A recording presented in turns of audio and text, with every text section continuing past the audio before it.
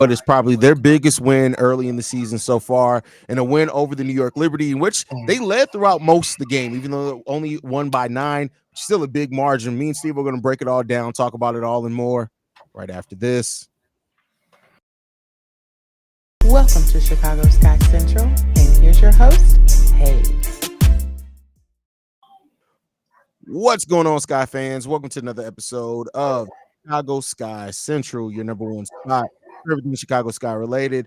Stevo and Haize, we in the building today. And Stevo, man, there's enough reason to celebrate the Chicago Sky get a 90-81 victory over the New York Liberty. The New York Liberty that came into this game 4-0 on the season. The Chicago Sky won every single quarter in this game except the third quarter. The first quarter was tied, so they won 2 out of the 4 quarters, tied another one. How do you feel overall about this game, Steve-O? We might be them ones. We might be the ones where a lot of us, we might shock the world when it comes to this team. The fact that we was down 4 players and we still got the job done against a legitimate. This team was in the finals. This team was a game away from being champions. So the fact that we came in where they have all the advantages, they got the experience, they have the size, they have the depth, and we come out here and pretty much outclass them from start to finish, from the coaching staff to rebounding to scoring. We outclassed them from start to finish. It got me feeling like, bro, not only is we already a playoff team, but we got the potential to be classified as a legit contender as well. So that's my little just brief thoughts about the game for sure. Yeah, I mean, I love the defense in this game. This is me and you started the season off, right? When we did our season preview, that we knew that the defense was going to be the thing that was going to come easier for the Chicago Sky, and then they were going to have to figure it out offensively. This game was one of the things that kind of brought all that home, right? The defense in this game was almost picture perfect. They played physical when they needed to, got timely rebounds when they needed to, steals, forced turnovers. The free throw discrepancy in this game really, both teams ended up going 13 of 20, but it was just felt like for a while the Liberty were getting all the foul calls. Take that for what you will, but like everything defensively that we needed to do this game, we brought, and then we allowed the offense. We didn't force it offensively, and I think the fact that we know that we needed Marina to be Marina. 8 of 13 for 21 points, 6 rebounds, 7 assists. We needed all of that. But then when you look at Onywhere 13 points. Angel Reese, 13 points. Kennedy Carter off the bench, 13 points. Then you chip in 8 also from Lindsey Allen, 9 from Elizabeth Williams. Like the balance of the scoring. We only played 8 players in this game, right? And to have that shortened rotation against one of the deeper teams in the league who they played 10 players deep over the course of this game. And, there was a point when we were doing the live call that people in the chat were saying, well, the Sky looked gas. Yeah. The Liberty had an ability to kind of keep everybody as fresh as possible, but the Sky still outlasted them. When the Liberty briefly took that lead in the third quarter, I think it was, when they took that lead in the third quarter, I said, this is where we're going to know if the Sky can stay in this game. The Sky immediately went on an 8-0 run and got the lead right back and never let it go again. The way that the Sky competed in this, man, this game should have given people a whole lot of confidence. And by the way, Isabel Harrison, Kamilla Cardoso, Diamond DeShields, all out in this game, and Killa's coming back. We're a week away from Killa coming back, basically. It's not, listen, y'all can keep doubting the Chicago Sky if you want. You may end up on the wrong side of history if that's the case. This team, with the way that they compete, man, it gives so much heart, so much fire, and they have really taken the identity from Teresa Weatherspoon, and I love that aspect of it, man. Yeah, 100% dialed in, 100% fighting every whistle, 100%. And that's the one thing that I think is probably the shocking thing that I could come away from the last few games up to this point. The amount of poise this team has in the face of any time, like any other team, we've seen even with the Fever, when they get into certain situations, they crumble. And then they mainly crumble because they haven't been in that situation. They not coached well. They fall into pressure. And every time we get into a high pressure situation, like you said, they came back, took the game over with, had momentum on their side. And we said, hell no. In your crib, we're taking this game back and we're going to beat y'all. And we're going to hand y'all first L of the season. So to have this poise, at this early stage, gotta give extremely more kudos to Coach Witherspoon and his whole coaching staff. They training these girls exactly how they need to be, and it's only up from here. Like you said, we got 3 dragons that we still get in the cage. And yeah, man, just it was just beautiful to watch, man. And when you see a team that competes like this, and you once the Sky started realizing that they were in the Liberty's head, it was almost like they said, "All right, bet. Let's take it a little bit further." There was a play where they got an offensive foul, and Angel Reese had the biggest smile on her face. Keep in mind, she was battling either John Quell Jones, Brianna Stewart, or Laney in this game at all points in time, and she did not back down once. Yeah, her offense didn't go, and the detractors are going to focus. But theirs didn't either. Exactly. That's the key thing. She locked Stewie ass down.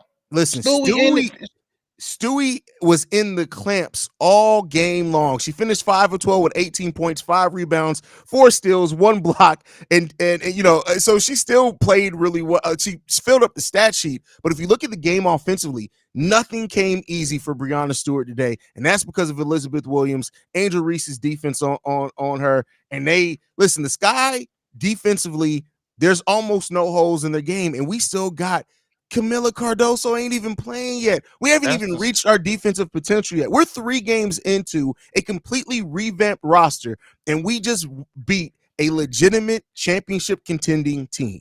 It's crazy. Yeah. And then coming into this game, I was like, Angel gotta not be in foul trouble. Mm-hmm. How do you go from that to she put the former MVP into foul trouble? Quell finished with 8 points, 4 rebounds, and 5 fouls. So she outscored her for MVP, out rebounded her, and she got 5 inches on her and 40 pounds. Yeah. Y'all can't keep talking shit about Angel, bro. Y'all just can't. The more and more she plays, the less shit y'all can say. That's a fact. That's a fact, y'all. Angel is learning as she goes. She's finding ways to impact the game. Fourth quarter, I can't wait to really, I know that the advanced analytics are probably going to take a minute to come out. They're not like available right after the game, like in the NBA, but I would love to see like her efficiency in the fourth quarters of these, both not just scoring wise, but like rebound percentage, block percentage, all that type of thing, because it just seems like Angel already in the fourth quarter just kicks it into a different gear. And that's why you want players from winning college programs to come and be part of your rebuild, because I tell you what, she's playing out there like a winner. She's playing like this is an extension of the season she just got done with LSU, and I love seeing that. But another player, you know, I like to talk about I know Angel Reese is what everybody wants to hear us talk about. But we got to talk about everybody as well in this game. We talked before how Marina Mabrey's had some slow starts so far this season, right? 8 for 13 in this game overall, 7 assists, 6 rebounds in this game, 21 points. How'd you feel about Marina's overall game in this one? She played a complete game. She played a completely game. Like it's almost a perfect game from her position to be as efficient as 8 of 13, 21 points, crash the boards, get assists, get your teammates involved, help Dana out, and contribute on the defensive side. She just played a complete game, and that's what she's doing. She's turning more and more into the superstar that we all think and will become.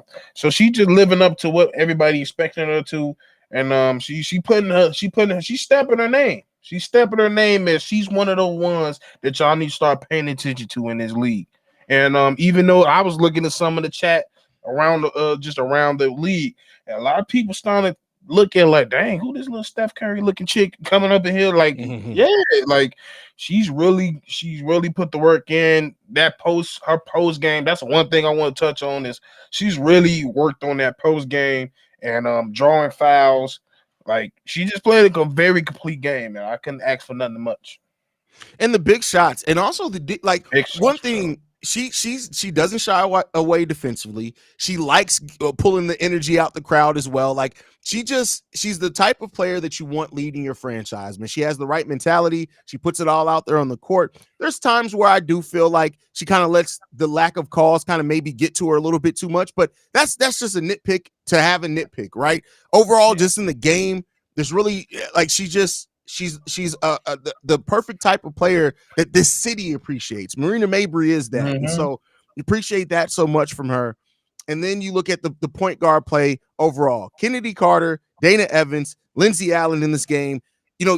From those three players, you combine for, if I'm not mistaken, 30 points between 32 points between 32 those three points. ladies. If you can get that from those three, that's what you want. Like, yeah, there are going to be certain games where the balance is different, right? Where maybe Dana or Kennedy have a big day and the other two maybe aren't scoring enough. But even if you look outside just the scoring aspect, the rebounds, Dana, smallest player on the court, still came away with 2 rebounds. Kennedy Carter, 6 rebounds. Lindsey Allen with 1 assist. Dana with 4. Kennedy with 4. Lindsey Allen with 2. That's what you need from your point guard play. Point guard play was overall really good, and I want to talk about that because it was one of my criticisms out of the first 2 games was the overall point guard play. How'd you feel about that? Especially from Dana. I think Dana, she let the game come to her. She didn't try to force anything. At first, she at the beginning of the game, she was just trying to get a shot together. I think she went into halftime 1 for 6 from the field with maybe 2 points, and she just wasn't getting her rhythm together. Came into the second half really looking to facilitate and playmaking, let the game come to her, and it really helped her out towards the end, and she got going, able to finish 4 for 11 from the field. So I'm just glad that she's it's like she heard us, like she knows she didn't have the best week, she knows she didn't have the best week playing, so we definitely had to step up. LA definitely stepped up this game, hit some crucial shots, getting to the lane, crucial decision making, and then of course Kennedy Carter playing pound. Sometimes she just pound for pound look like the best player out there. Sometimes she's out there fighting, like you said, finishing with 6 rebounds and 12 points, and she's 5'7", the second shortest girl out there on the court. Just 100% dog. And that's one thing I wasn't too much worried about. We know Teresa's gonna get her guards together, and that's exactly what she did. Yeah. And they played really well in this game, came together, played well as a unit. There were a lot of times we were playing small out there. And you look, the Sky didn't complain about it. There are times where freaking Dana Evans got switched on Lanny Hamilton, and she's 6 foot, 166 pounds. So like, we don't back down from nobody. And that's this team has that pit bull mindset, and that comes from Coach Spoon. It just does. And I want to also spend some time talking about Oniwerde. Really good performance from her today. 5 for 12, 5 rebounds, 1 block in this game, 13 points. But what doesn't step out in the stat sheet to me, her weak side defense and off-ball defense really caused a lot of turnovers for the New York Liberty in this game. She stepped up big time. How you feeling, Stevo? Yeah, she's one of my picks of she had to step up today. She did just that, like you said, on the help side. There was a lot of times where a lot of the dives and backdoor cuts was getting to the lane at too much, and she was seeing it. Like I think the first time is when she got the jump ball on Jaquil, and she came at the last second to help that block. And she just from there she just constantly built off that. She knew she was going to be at the right shot, right times to get shots. She made them, but her defense. That's a lot of things she does. She's a very two-way player. She did a lot of that at UCLA. So, hey, like I told people, a lot of people was trying to say that shit. Like, I don't know. She was kind of like, I don't know if she's a real rookie of the year. Shorty can play, and she showed why she could play tonight. She's very well-rounded as a pro. Yeah, a lot of people have doubted, talked about her rookie of the year campaign.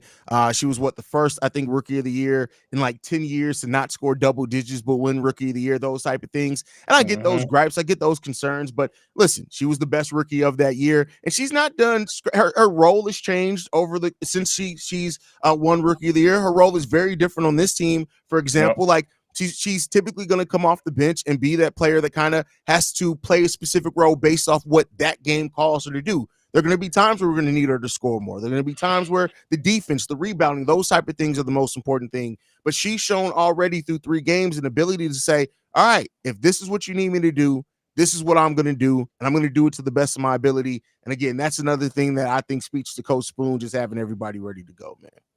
Yeah, like one thing about her, she's built for the pros. She's built for the pros. She got great size at 6'1". She could play the guard and the wing if she needs to. She could guard 1 through 4. And like I said, she built up her game and skills to now she has a respectable shot, and we're reaping the benefits of it. So She could be a major piece for this team. And I think she's a major piece, especially that Diamond DeShields was out. That's a fact. That's a fact. And, Diamond, foot injury. So at least it's not, the knee re-aggravation of the knee injury that kept her out all last season. So that is a good thing because you don't want to see any type of re-aggravation with the knee for sure. So that's a big thing that at least it's not that. But Oniwerde is going to have to stay ready to go because Diamond DeShields does have an injury history, and you never know when her number is going to be called and she's going to be in that starting lineup. But the fact is that she continues to show, if you need me to do that, I got you. And so that's all you can ask for. And she's one of those players that, we talked about. There's a lot of players that are out to prove something on this roster. This can be looked at as a complete chip on the shoulder from a lot of people on this roster. Between the rookies who are trying to prove they belong in the league, Kennedy Carter, who had to take a step back, Diamond DeShields coming back from injury, right? So Oniwerde, who, people doubt her Rookie of the Year campaign. But what I've learned is you keep putting people in a position to where they have to try to prove you wrong. Those are the people you want to bet on, especially for this type of team that we have there, this identity. So I'm happy that she's here, man. Definitely happy she's here. It just fits everything. It fits the city. It fits the coaching staff. It fits everything. And like I said, we're going to be the team that reaps the benefits of everybody that gave up on them too quick. That's a fact. That's a fact. You can keep, like I said, you can keep doubting the Chicago Sky all you want. It's only going to be so long that you can keep doubting us and we keep beating y'all favorite teams is all I can say. And I can't wait to the ESPN game next Saturday against the Fever because that's going to be one that, everybody's going to be waiting. All the Angel haters are going to be out. And I can't wait for that game. But we got 3 games before we get there. Next game is Saturday against the Connecticut Sun. We'll be live for that game. And then we got Tuesday against the Seattle Storm. And then we got the Los Angeles Sparks next Thursday. So 3 all important games leading up to that. But yeah, that Indiana game's on June 1st. The return of Kamilla. On top of that being ESPN, it's gonna be fun to watch. Man. It's gonna be fun to watch. It's lit. I can't wait. Hey, the sky is burning. It's burning. And we coming with the heat. We ain't playing. And hey, y'all better be ready for it because we ain't letting up. We ain't letting up. OTAs just started. Hey, Chicago is where it's supposed to be in the summer. Not even gonna lie to you. Anybody who hasn't actually got to experience summertime shy, I know that you can hear that and think that that's just a saying or something cute to say. It's not. Chicago's a different experience in the summertime. You really got to show up to Chicago for that type of thing, man. I'm gonna put this picture up here because the face that Angel Reese made here, I think, is a perfect way to look at how we were looking most of this game, man. Just look at that, bro. That's crazy, yeah, man. Hey, whoever got that picture, hey, Cole for that one. They caught it at the right time, man. Listen, y'all can call Angel a diva and all that extra stuff that Angel haters want to call, but listen, one thing that you can say about Angel is she keeps finding a way to damn win, and we win. She's and she contributes to it, man. And so, I'm not putting it all on her because it's not, but like not trying to be, the diva. She barely calls for the ball on offense, like. That's something that you got to acknowledge. That's something she does. And that's something she used to do at LSU. Like, she had to give me the goddamn ball. Like, exactly. She understands and she's all about the team. And that's the most important part about it. For sure. Yeah, man. Great game to watch, man. It's just, this is one of those games where if you guys were watching the live call, I had to leave for a minute. Not because the Liberty came back, just because y'all are starting to learn I'm a very emotional fan. Like during the game, I get live, I scream and stuff. But it's just like it was so many of those moments where the Sky changed the momentum, and the fans in that building in New York, they wanted. Matter of fact, the first time Angel Reese got to the free throw line, they booed her. I don't know if you remember that or not. They booed her. And Angel, listen, from that point on, it was all about as a team. And this is why I love this team so much. Because it wasn't just Angel trying to shut up the Liberty. The whole team. Like there was a point where Marina Mabrey cut and made a basket, and she waved at the fans in New York, bro. And I love to see it, man. Like, listen, people can call it cocky. They can call it whatever they want. Usually when people have a problem with it is because their team's on the wrong side of it. I love when my team does it because they showed it on the court. You can be cocky and all that, whatever, when you show and prove on the court. This team is proving it on the court. You can't be mad at it. Some of the greatest players are assholes and very arrogant, and Yeah, that's why that's they're fact. so good. So, like at the end of the day, sometimes you need that very arrogant, very confident player, Yeah. and it could be the one thing that carries you over to get you to that thing, because that's the one thing. The reason why they so arrogant is because, for one, they work as hard as they do. So they're not going to ask you nothing they ain't going to do themselves. So Angel is the same way. She's not going to sit there. If she's going to get yelled at, so she going to yell at you.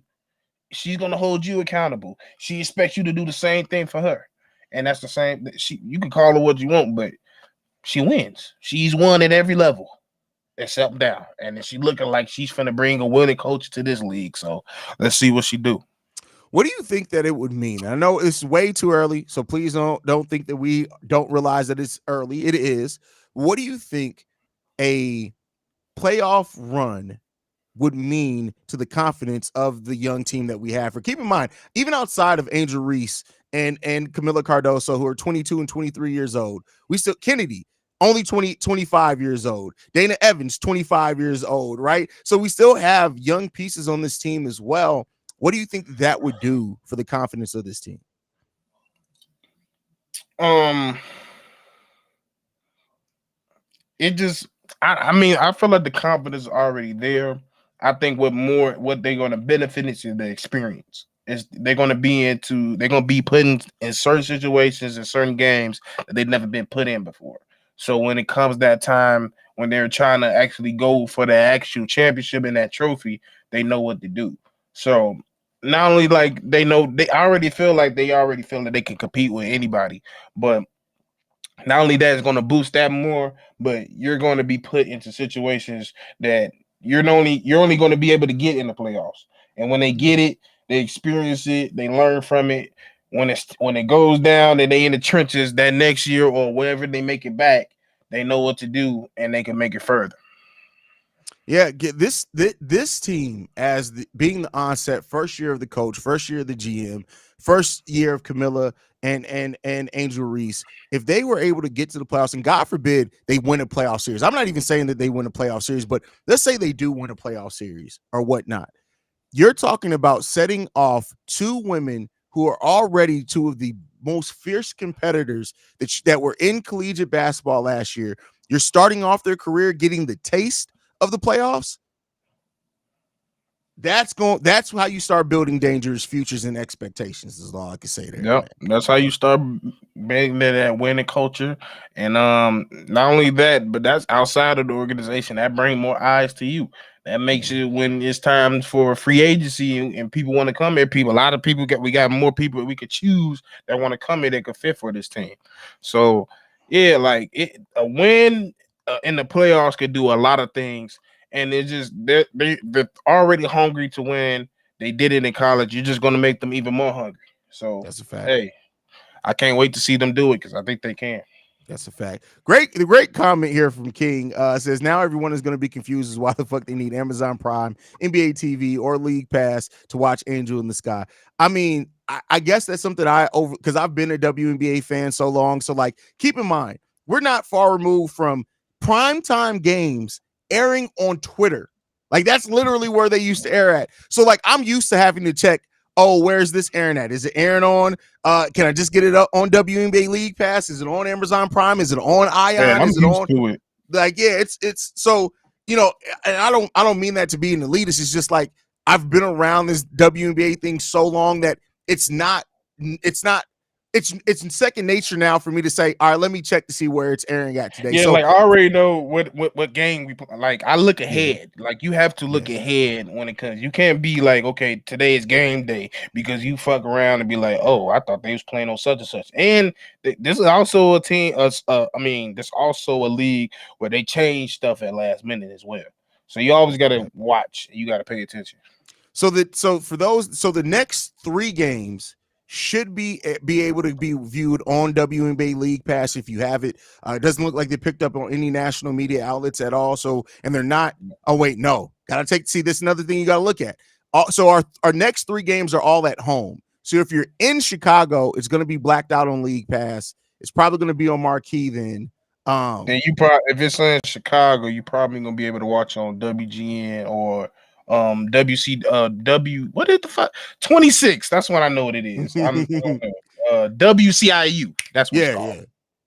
So, and then after that, the Indiana games on ESPN. The next New York Liberty game, which is after that, is on NBA TV, and then we're back on Prime, then back on NBA. Basically, if you go to ESPN and look at the schedule on ESPN, they have where it's airing in the TV section on ESPN. If you go to WNBA on ESPN, then go to the teams, go to Chicago Sky, and then go to the Sky schedule specifically, it'll tell you where each one of those games are airing at. So that's you a little gotta cheat check code them for every day. You gotta check it every day. It's unorganized, and then because the WNBA allows for every game to be flexed, it could change the day of too. So don't overlook that. Like if the Sky keep winning and winning against the good teams, don't be surprised if some of these games their airing spot starts changing. Like especially some of the key matchups. So you got to just check that every day. I mean, we'll try to keep you ahead of it as well. We always are going to do pregame shows. So one thing I'll try to start doing is in that pregame show, tell you guys where it's airing to, so that way you guys can know.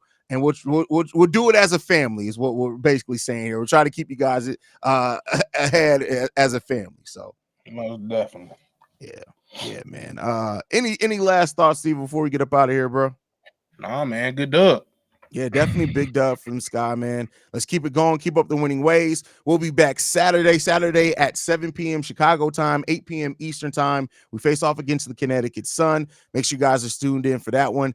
Next 3 games all at home, so the Sky can get some home cooking going on. And we'll see how well people show up for the Chicago Sky. Because I told you guys I was going to be looking once the Sky got home for everybody that was complaining about the press conferences not being what y'all wanted to be. Y'all make sure y'all turn out. I need to see the Wintrust sold out. So if it's not sold out, I'm going to be coming for y'all. Now, I'm not really. I love you guys. But I'm just saying, make sure you guys show up and support the Sky if you can. If not, make sure you guys are watching. That's all we ask for. But yeah, you can follow us at Chicago Sky Pod. You can send us any feedback, questions, comments, concerns, ChicagoSkyCentral@gmail.com. And then lastly, if you want to leave a text message and or voicemail for the mailbag, which I'm going to try to get one out either Friday or Saturday, the number to do so, 773-270-2799. We're the number one spot for everything Chicago Sky related. We out here.